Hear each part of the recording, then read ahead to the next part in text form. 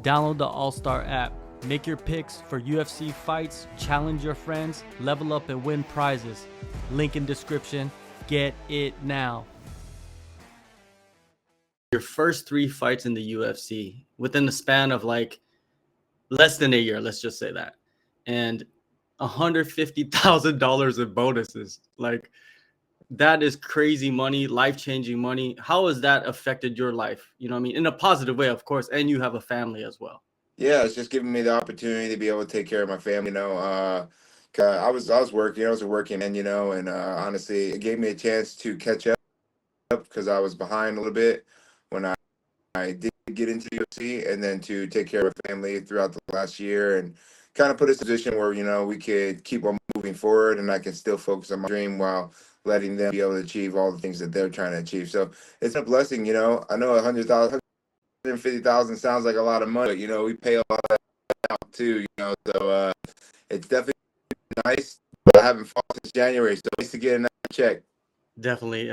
Yeah, man, let's talk about that. You haven't fought since January. Like, what has been going on with you?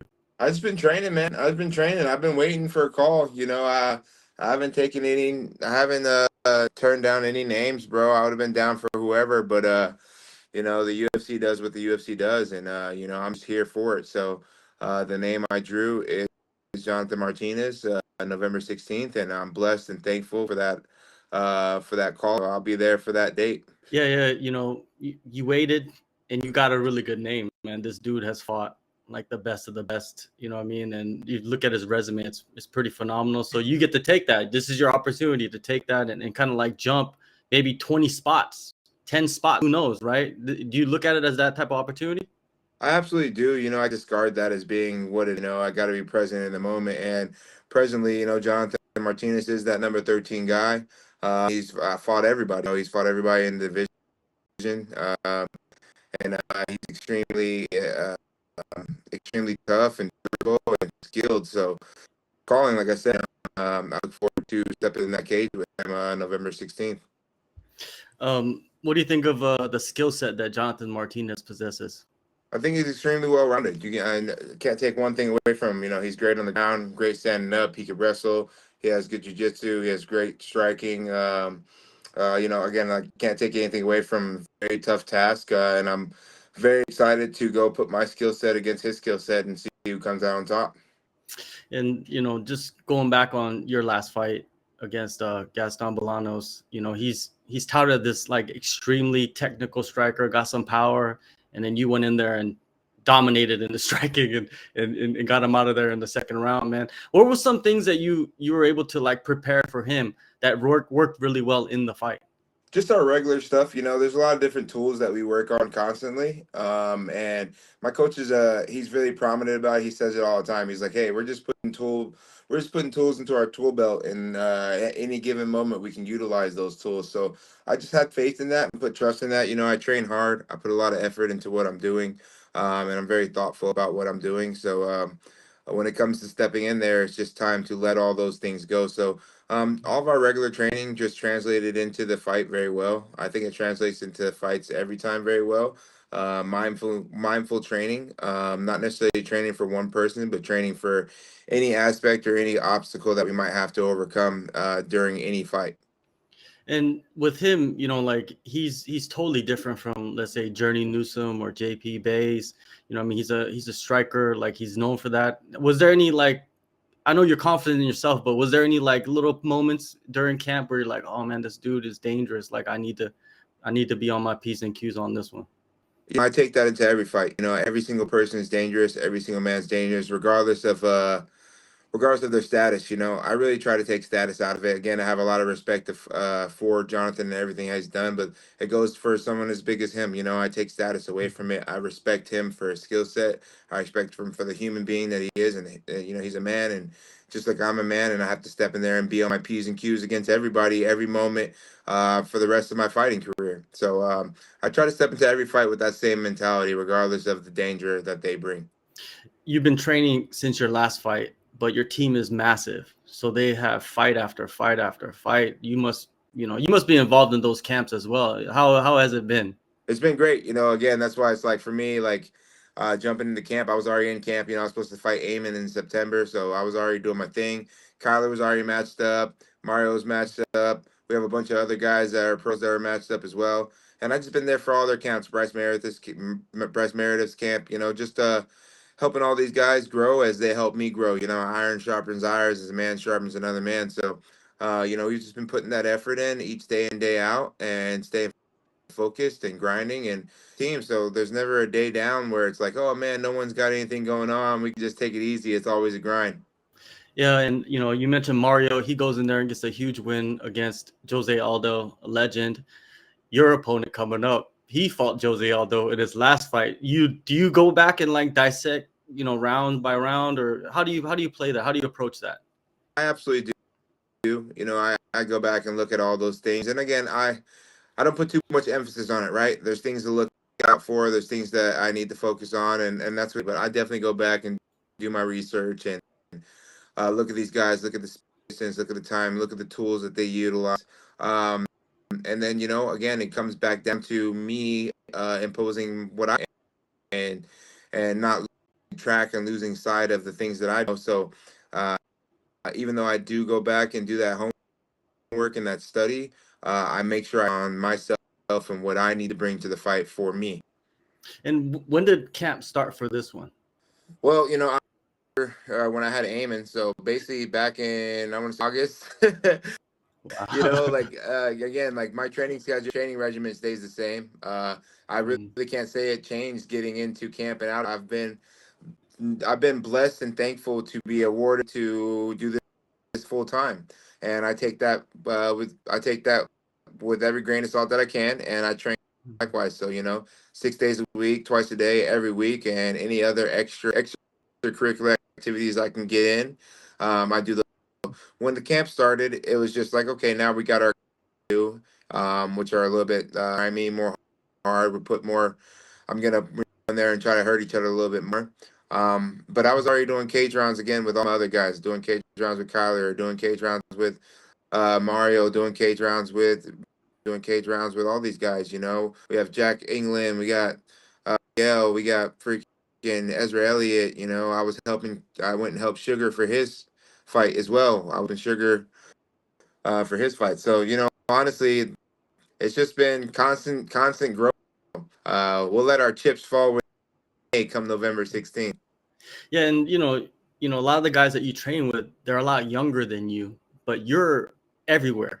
I mean, I've been hearing about you way before the UFC, right? Like the personality, the work ethic, all of that stuff. And being someone that's older, how do you keep yourself kind of healthy, man? Because as you get older, things start breaking apart, I guess. Yeah, and again, I what I'm saying, I've been putting to being a great, and I honestly do a health and recovery things as well, hyperbolic chamber, cryotherapy, stem therapy, chiropractic. I definitely try to take those type of, or try to take, and then obviously taking my my nutritionalist supplements and everything like that as well, and keeping up with my body like I'm supposed to, making sure I'm staying active. So, it's played very well into me, and then as well as just making sure that I'm training smart. I think that sometimes we get ahead of ourselves and we figure that training is always the way to go, when sometimes it can be intense without the crushing and breaking of the body. So just finding that happy medium, finding that middle ground where we can train and push the limit, also take care of our physical body. Because like I said, I'm not the youngest guy. You wouldn't be able to tell it. You wouldn't No, be able to no. tell it. Again, I think our team are like, bro, how is this guy just full of energy, and how's he so nimble, flexible, and all the different stuff, So I think that plays a part in it as well. And then also the way I fight, blessings again, taking crazy damage in my fights. I think that's translated over to me being able to at a higher level. Yeah, only having 10 fights, in your career is very, very important. I think when you enter the big leagues now, you don't see guys with these like 30 and 15 records anymore. It's like they have lesser fights. So it allows you to have a longer career at the top. Yeah, exactly. Honestly, I used to hate the fact that I didn't have as big of a record because I've always been trying to fight, and I don't like to call guys out, but it's always hard to find fights. It's always me in there, always hard to get the right matchups. Being because I was older, people didn't want to take the chance. And I understand, the game has changed, and we have to really be smart about it. And I understand why people would take that route, especially on the region. So, yeah, just being, just having the grit to persevere through all that, and when things were not perfect, and then keep on showing up, a blessing.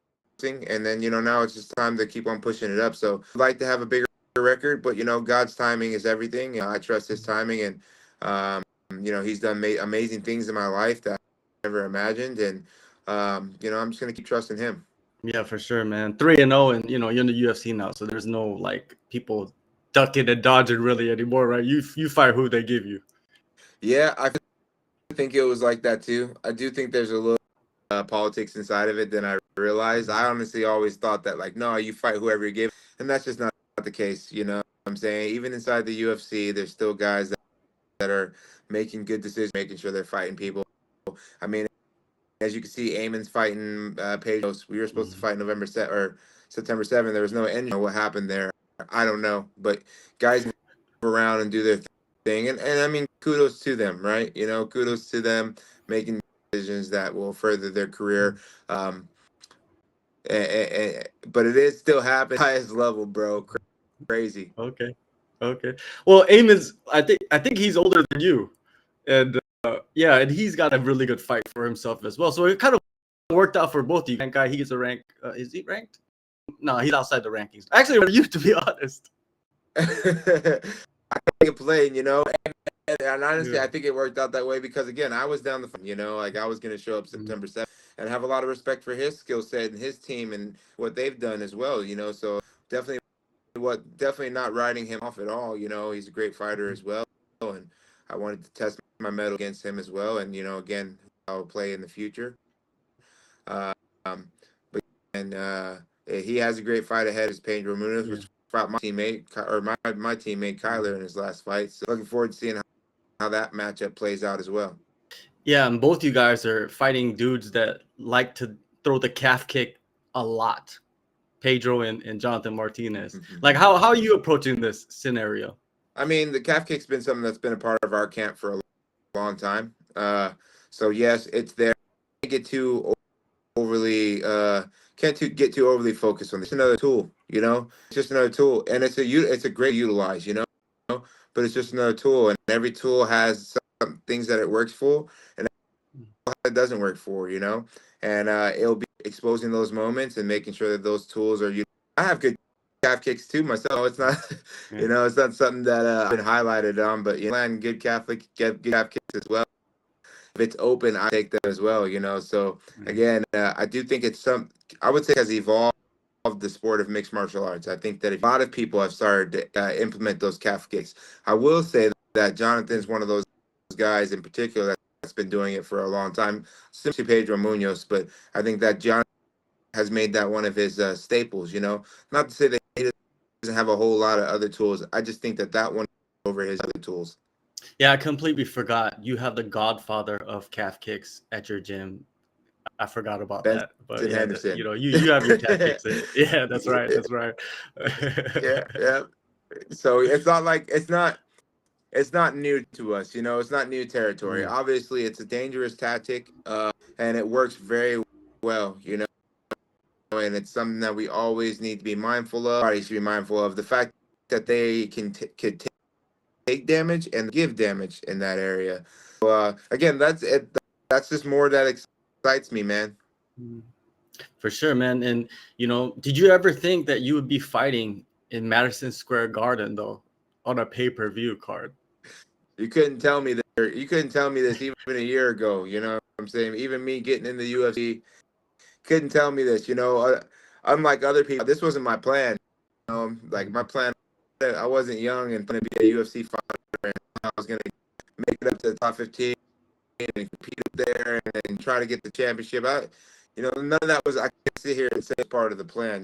Part of the plan now, absolutely. But it wasn't part of the plan. So, to be in the position that I am, to have the opportunity to go out and fight in a place like that, and just solidify myself as a staple in the UFC and someone to watch is Dustin, and I don't take that lightly. So I'm super grateful for it. The old me would have never believed that this is where I would be. A couple questions outside your fight. The first one is actually it kind of affects your fight is the new rule changes coming up in November. You know what I mean? You'll be able to throw 12 to elbows. I don't think people are really concerned about that too much. They're more concerned about the new rules for the grounded opponent. What do you think of that and how it will affect fights? I definitely think it changes things. More shots that can be thrown now. It's like again, now we get two new attachment spots in our toolbox, right? So there's moments inside of that cage that we can expose in those positions now, where there are places we had to be worrisome, like those knees to a grounded opponent. If his hands are down, which guys happen to do that regularly, get on the mat thinking that they're good, they can still make mistakes there. If they do, they're going to pay for those mistakes there. So I don't think it's for the sport, though. I think it's good. I think there's so many other dangerous strikes with those two strikes. Those uh, two things be taken away from it, right? Like, is it how much than taking a full shin to the face? Like I would say no. Uh, I think I'm excited for that new rule set. I don't necessarily think that 12 and 6 elbows are going to be like some new mainstay. I think there's certain positions where they're going to be very people are going to utilize them, right? But those positions need to be exposed for as dominant of a tool. So it still has to be set, right? Take, back control can be amazing. You got to get the back. Obviously you're in your prime of your career, man. From the performance you've had in the last couple, you just shot into, the rankings basically. There's this issue right now where fighters are retiring, taking steroids, and then deciding to return to fighting again. What do you think of this whole scenario of like, a lot of people are not really happy about that. I think it's a disrespectful for the fighters that are in fighting right now. I mean, I would agree too, and a guy, again, I have a lot of respect for like Cowboy Cerrone, who's one of those guys, but come on now, what I'm saying? Like, there's a reason why steroids are banned anyways, there's a reason why these things shouldn't be happening. Are we here to test what we can put in our body and then excel with, or are we here to test what we could excel with our natural God-given human human attributes, And I feel like I don't really honest with you. I can't tell whether I can sit here and say somebody be crazy stronger or hit way harder from steroids or any of those things. So it's something that's completely out of my realm. I mean, again, I don't think that MMA world, combat sports is not a place for PEDs or performance enhancing. I'm not necessarily with it, but if the organization is going to allow those type of things, and as long as you can pee clean and you're not peeing hot anymore, more power to you. Yeah, it opens up an interesting conversation, let's say that, because we don't know how it affected them when they're using it. If they're off of it, they're clean. Yeah, they're clean, but what about when they were using it? Did it impact like what they're going to enter the octagon with? You know what I mean? Like it's a conversation I think they should really have and dive into it. Educate people, I guess. Education, because even as a fighter who gets tested regularly, I'm not really educated about it, to be honest. Like, I'm not really educated on the level of difference, right? Like, that's the biggest thing. How much difference do PED on a playing level playing field difference does PEDs make in your power and your strength and your gas? How long does that stay? How long does that stay inside your system? How long can you to utilize that? And if it's a huge marker or even like a decent big marker, right? Because it's cheating, supplements that we could take that are legal supplements that we could take that already enhance our abilities to train more, put more effort in, work harder, and those things are legal. Why should we those realms and go into things like juice, which are taken echelon, upper echelon? And some people will say things like, "Oh, why don't everybody be able to take them?" I don't think we're talking about people's health for years, right? That's another question. These guys that are taking them and excelling in their career, Well, how are they going to be when they're the ones that are, are young? What are they going to be like when they're Yeah, 34?